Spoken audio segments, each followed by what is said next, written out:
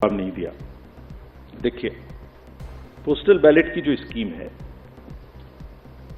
उसका रूल है 54A which was introduced in 1964 in the act। उस समय में बहुत सारे पोस्टल बैलेट्स नहीं थे। उस समय में सीनियर सिटीजन्स नहीं थे, पीडब्ल्यूडीज नहीं थे, ईटीपीबीएस भी उस तरीके का नहीं था।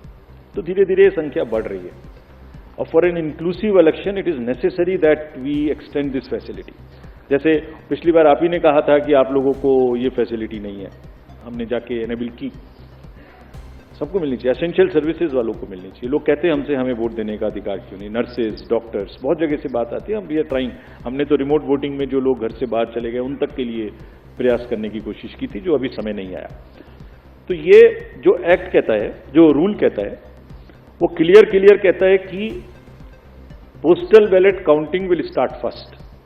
सो on all centres in the country it will start first, no doubt about it. After only half an hour would start the EVM counting. So there are three countings which are happening simultaneously, and it is happening. It happened in 2019. It happened in all the 2022 elections of the states held thereafter. It happened yesterday also in case of Arunachal and Sikkim. हम mid course नहीं बदल सकते कुछ भी।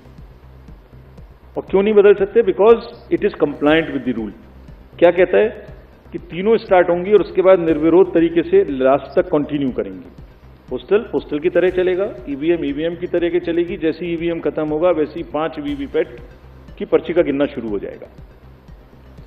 और आप लोगों की जनरल जानकारी के लिए, almost majority of the booths में पोस्टल बैलेट की संख्या कम है, तो वो वैसे ही ऑटोमेटिक पहले खत्म हो जाएगा। It will continue like this. This is what I wanted to से।